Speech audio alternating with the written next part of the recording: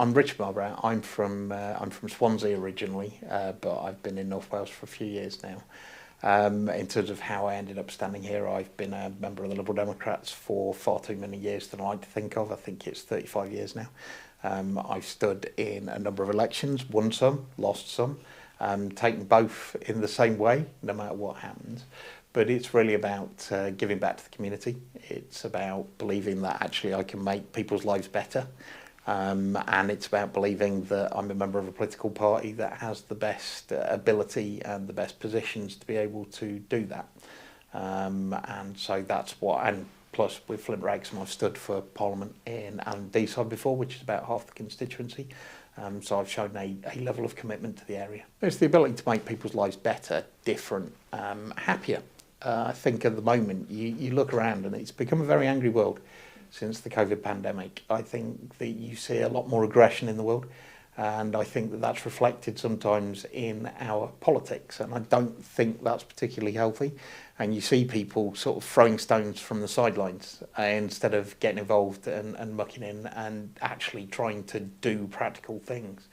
So to me, what I'd appreciate doing most is putting some things up the agenda, talking about the economy in North East Wales, because we make things here, not just financial services and AI that everybody seems to talk about in the news, but also things like violence against women and girls, which I think is an absolute epidemic in this country, and I'd like to see us doing some really practical things about that, and I think the Senedd should be taking a leading role in that. There's loads of issues and they all matter very differently to various different people, but in terms of two that I would concentrate on, the two that I've already mentioned. First is the economy, bringing high-skilled, secure jobs that people feel like they can have a career, that people feel like they're not constantly living on the edge of where's the next paycheck coming from, and that people can actually live on. Because I think that's one of the problems at the moment. People don't necessarily need their lives to be easy, but it shouldn't be hard all of the time. Not everything should be hard.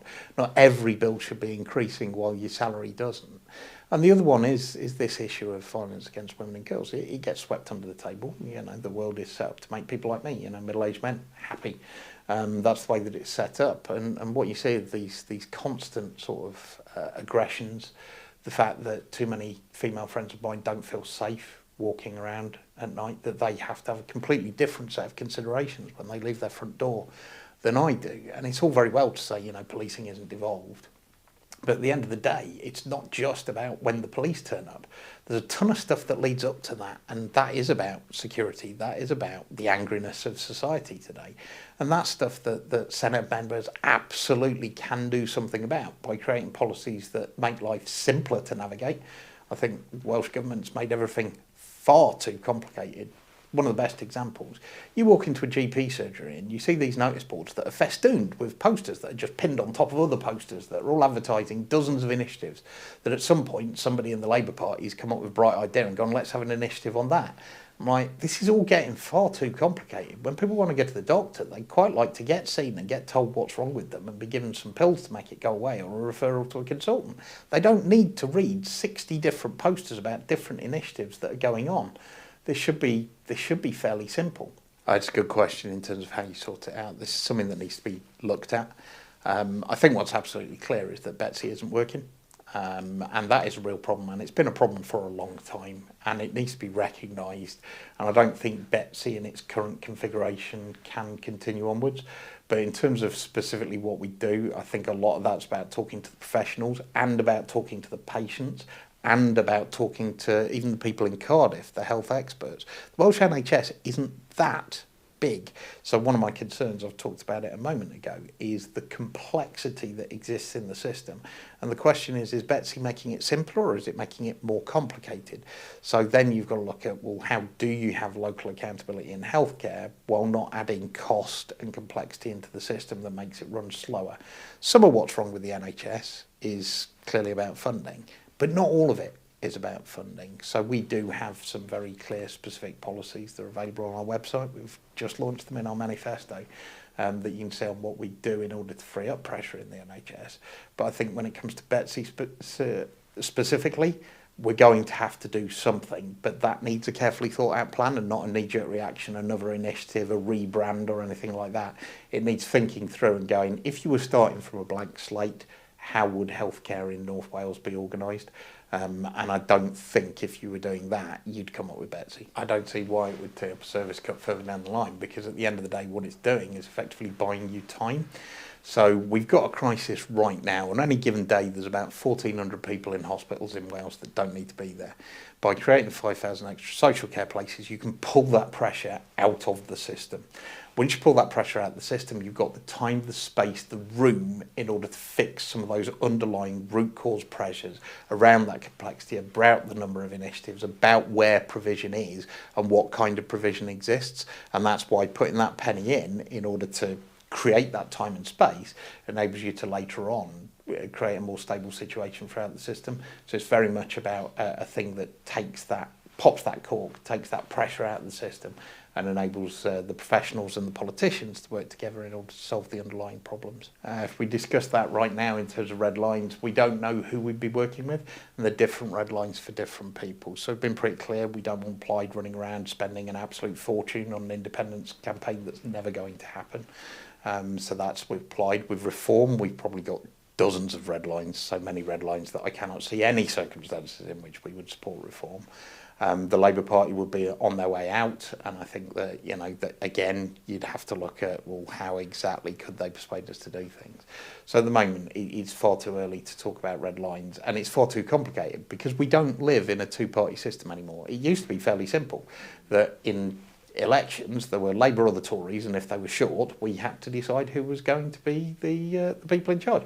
We're in a six-party system in Wales right now. What that means is that whoever you vote for, it does count this time. You know, voting Liberal Democrat can get you a Liberal Democrat elected, which is quite an exciting moment for Fflint Wrecsam, because there's a lot of Liberal-leaning people up here. But what it means is that in that 5 or 6 party system, we put our manifesto forward. We're clear about what we stand for, but what that manifesto tells you is what our values are.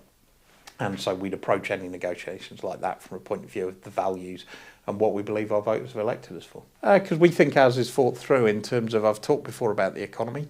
So one of the hidden facts about our economy is the number of highly talented, highly qualified women that knocked out the workforce by the cost of childcare. Now, I wish that in 2026 the predominant burden of that didn't fall on women. It does. If we're talking realistically, that is what happens. And so I think what our childcare offer does is makes absolutely clear that we're about helping those people back into their careers, helping them to actually fulfil the place in society that they want to fulfil instead of the one that we're forcing them into by making them sit at home and look after kids. It's so 1950s. And so to me, our childcare offer is rooted in a really sort of appreciation of the facts of life in terms of helping people to get back into the economy and drive that economic growth. Because I think if we can get more talented, highly qualified women into the workforce, we can grow our economy quicker. I think, to be honest, if we turn around and keep on with the imbalances that we've got right now, we won't have as strong an economy as we want. Reducing the number of empty properties in the high street is the main thing. At the end of the day, small and medium-sized businesses are effectively the most inefficient part of the economy, but that's really good because what it does is it generates jobs, it generates employment, it generates the next set of large companies. And so what you're going to do is provide the ability for those small companies to grow initially, and business rates effectively clobbers them from the outset, and it's really quite painful. Plus, high streets are important. I don't want a world where everybody sits at home shopping on the internet all of the time. I think it's bad. I think the way that the First Minister expressed it of stop watching Netflix and go to the pub was incredibly crass, because that was basically, we will make you do it. It was hectoring, it was schoolmarmish. Whereas actually, if you provide the conditions, then I think that the nation of shopkeepers comment, the ability of people to start and grow businesses, if we set that free, they will absolutely do it. There are loads of people out there that would like to get going. But again, as I said at the start, we just make it too hard for them to do it. And business rates are a really good example of how we're making it too hard for businesses to take off and grow. But actually, I think it is the fact that we've been really honest about that penny for income tax. Because if I was in the Senedd, I will always work hard. I will sometimes fail to achieve what I'm trying to achieve. But what I will never fail to achieve is being honest. And the great thing about the Liberal Democrats in this election is we're being honest, because we're seeing other people talk about efficiency savings. That's just a posh way of saying we'll sack some people. You have parties going, oh yeah, there's waste. Really? Find it. Tell me what it is. Oh, well, there's just waste. Can you give me any specifics? No, there's just waste. We've been absolutely honest. In order to take that pressure out of the system, we're going to have to put a penny on income tax.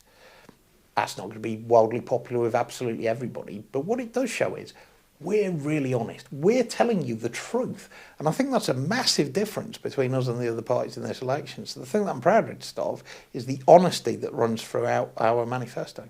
We'll have a growing economy, and therefore people will have more money in their pockets. We will have a kinder Wales. We'll also have a Wales that's not afraid to stand up for its place in the United Kingdom, and hopefully internationally in Europe. And I think with the Liberal Democrats, that is absolutely what you get. Between our combination of honesty, our ability to think things through, we're all good government types in the Liberal Democrats. We like to think things through. We like it to be evidence-based. We like to be able to show how it's going to make life better. So I think life will be more predictable, a little bit easier. Not easy, because life never is, but a little bit easier, and we'll get some of those barriers out of the way of people that they're currently facing. Because I'm being incredibly honest, because our entire list of candidates is being incredibly honest. We've been clear that we're all local to the area, we're all Flintshire and Wrexham based. There's no bussing in candidates from elsewhere. We're not in it for the joy of ministerial backsides on seats. You know, you look at some of these people on the lists and you're like, well, we see you on the telly quite a lot because you're down in Cardiff, but how often do we see you actually in the community? So if you want a team that's properly rooted in our local community, that's going to be absolutely honest and play it straight with everybody, for the first time in years that we've seen in politics, politics that has become about the sound bites and the videos and frankly, the dishonesty. If you want a team that's kind and doesn't look like Donald Trump every day, which is very clearly the reform problem right now. They are born of Trump, they are like Trump, they are angry, ragey, and thoroughly unpleasant.